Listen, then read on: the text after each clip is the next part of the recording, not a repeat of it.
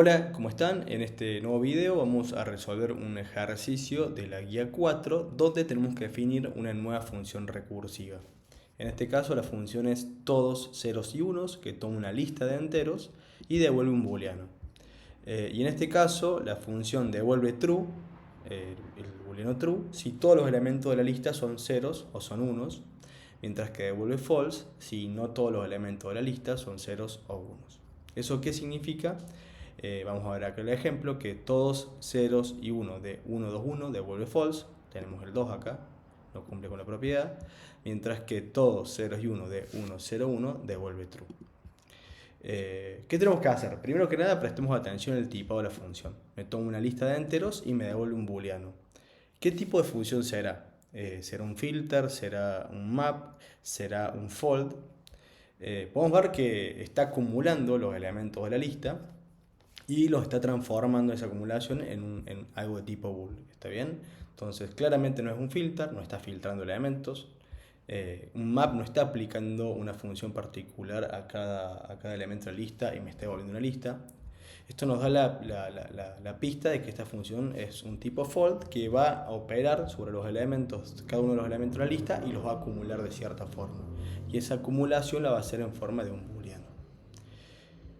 Tenemos que definir entonces, como ustedes saben, cuando definimos funciones recursivas, concentrarnos en dos casos. El caso base, que es el caso de la lista vacía, que es el elemento más chico de nuestro tipo lista, y el caso de la lista que tiene al menos un elemento. Y eso nosotros lo representamos con pattern matching. ¿Está bien? Nosotros aprovechamos el pattern matching para exigir formas a las entradas de nuestra función. Entonces, en este caso forzamos que la lista tenga forma de lista vacía.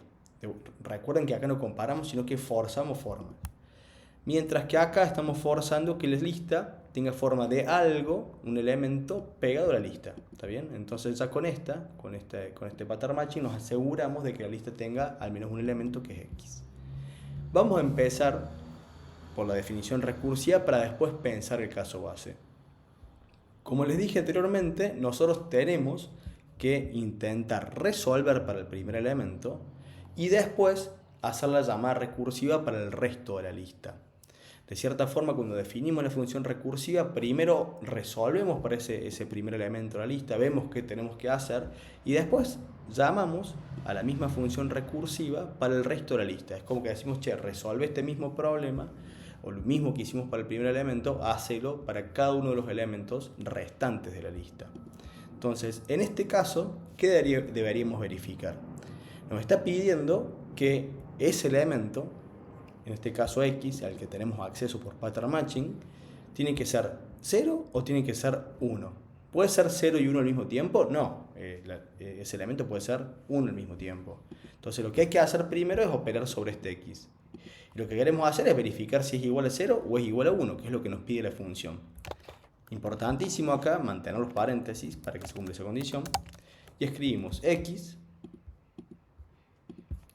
igual a 0 o X igual a 1. Es decir, que este O de cosas se va a hacer verdadero o cuando X sea igual a 0 o cuando X sea igual a 1, cuando se cumplen una de estas condiciones. Cuando no se cumple ninguna, automáticamente se hace falso y toda la expresión se va a hacer falsa.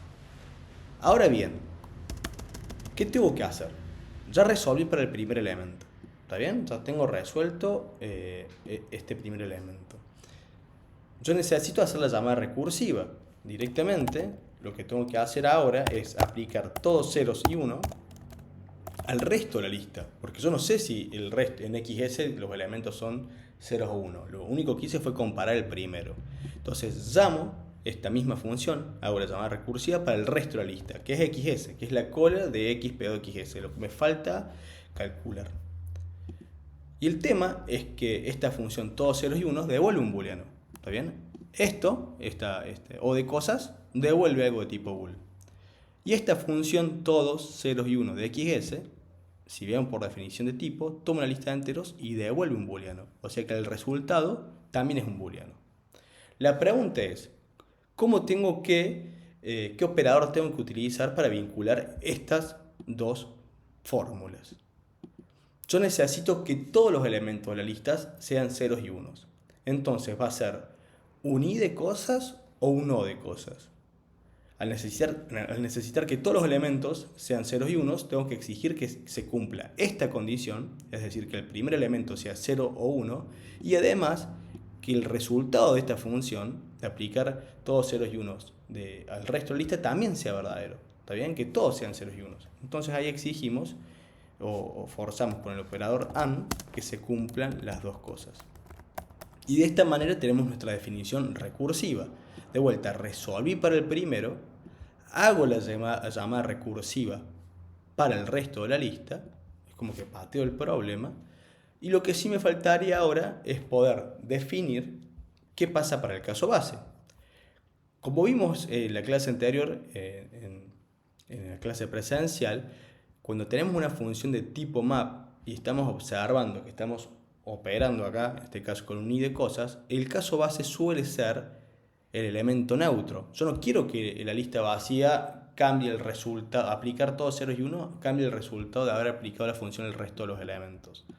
Porque si acá fuese false, por ejemplo, no importa que todos sean verdaderos, que todos sean ceros y unos, cuando aplique el false, automáticamente toda mi función se va a hacer falsa porque el elemento, el false es el absorbente del i. Entonces siempre es el operador, es el neutro del operador que aplicamos acá.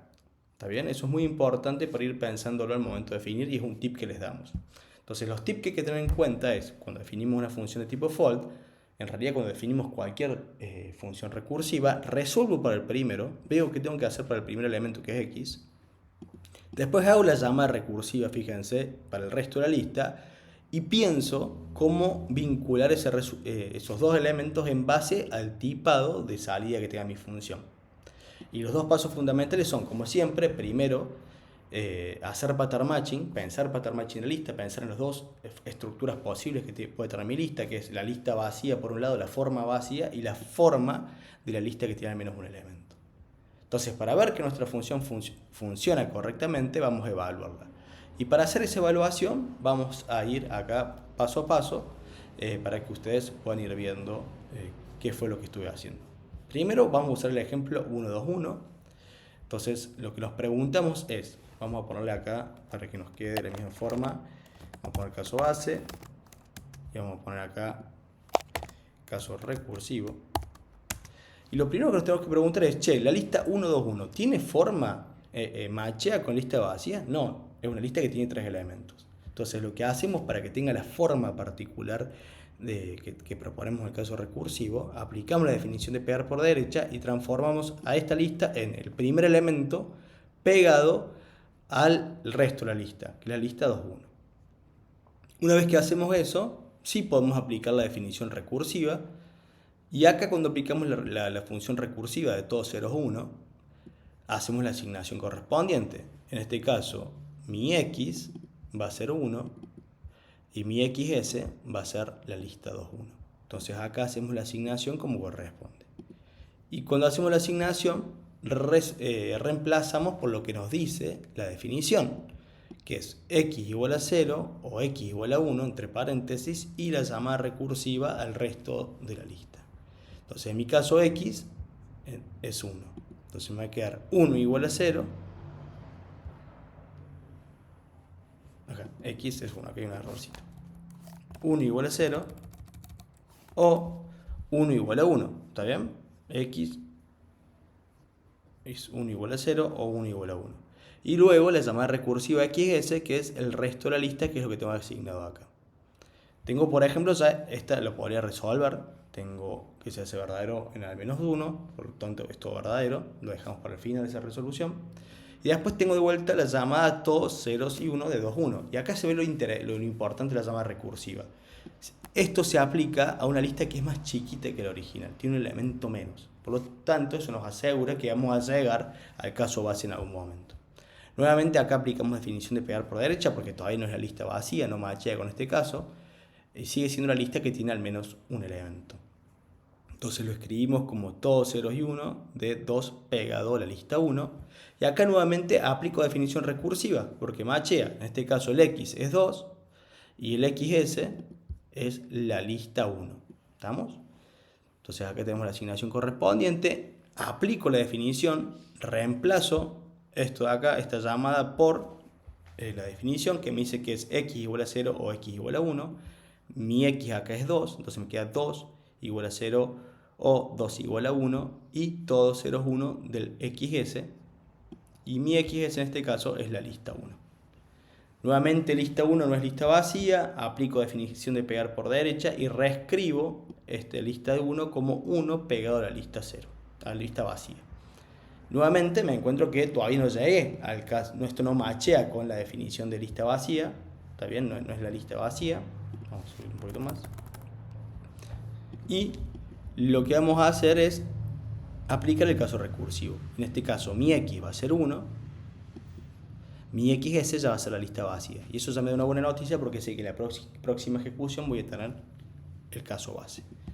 Entonces, una vez que aplico eso, nuevamente aplico la definición. Me queda X, en este caso es 1. Entonces, 1 igual a 0 o 1 igual a 1. Y todos 0 y 1 de lo que se haría lista vacía, que es mi XS. Y ahí ya llego al caso base, que es true, cuando lo aplico acá. Entonces, ¿qué me queda? Un i de cosas. Nuevamente vemos la importancia del caso base, que no me cambia el significado. Sabemos que el i, semánticamente, el neutro es el true. Si hubiese sido false, no importa nada de esto, toda la función, toda la definición se hubiese hecho falsa, o sea, no estaría mirando.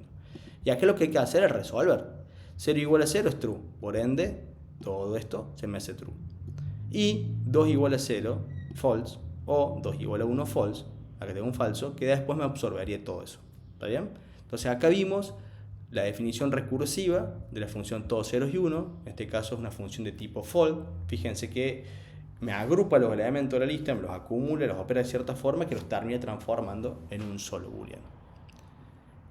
Bueno, espero que haya quedado claro. Cualquier cosa nos consultan por el aula virtual. Adiós.